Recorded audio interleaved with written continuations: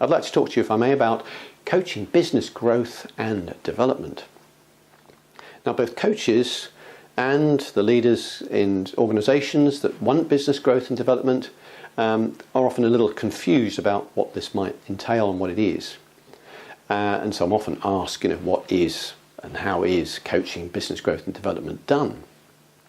Now, to some extent, the coaching skills are the same. In other words, if you're coaching for business growth and development, you're going to be asking questions, and specifically challenging questions, because it's the challenging questions which lead to new perceptions, new motivations, new ideas that can be put into a business plan and can form actions that change and grow the business.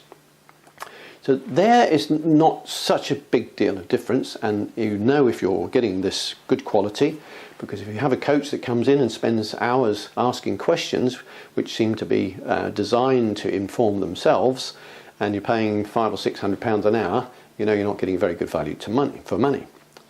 What you should be getting is questions that challenge you and very quickly start to establish some new ideas, which of course you have to prove and test, but some new ideas which you didn't actually have before that individual stepped into your organisation. Now, the other difference, I think, between coaching generally and coaching business growth and performance and development is that the coach needs to have, I think, a pretty substantial understanding of business. The businesses have a whole set of words around them and phrases and acronyms which most people would not necessarily understand. So it helps to have experience. In my case, as a director of 12 different UK companies in different functional responsibilities, including a managing director and CEO and executive chairman.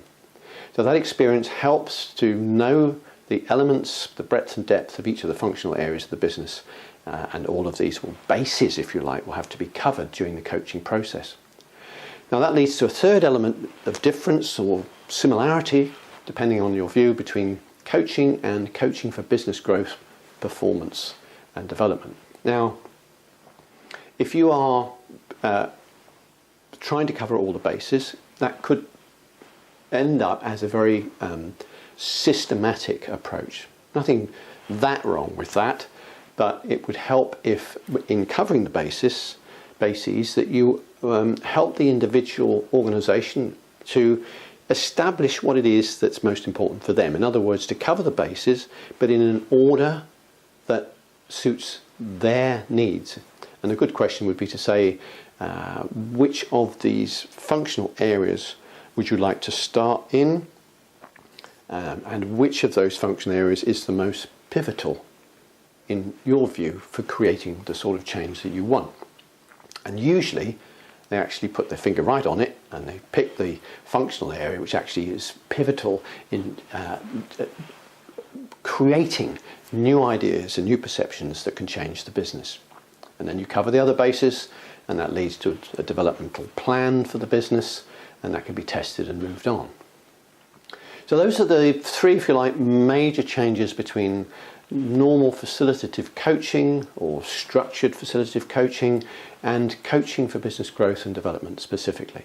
So if you want business growth, development and performance, you need to get a very good facilitative coach, in my view, and one that has the experience and breadth across the functionality of business to understand not just about businesses and the functionality, but also the terminology that embraces business in the outer world of shareholders and so forth. So I hope that's been useful, and I'd like to thank you for listening. Thank you.